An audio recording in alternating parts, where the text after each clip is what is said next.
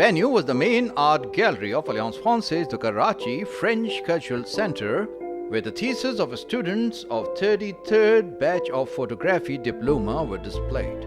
Speaking on the occasion, Professor Rahmatullah Khan said that students were not only given lectures at the studio, they were taken to various locations on Sundays. He said that the field was very vast and students can specialize in wedding, sports, food, wildlife, and fashion photography.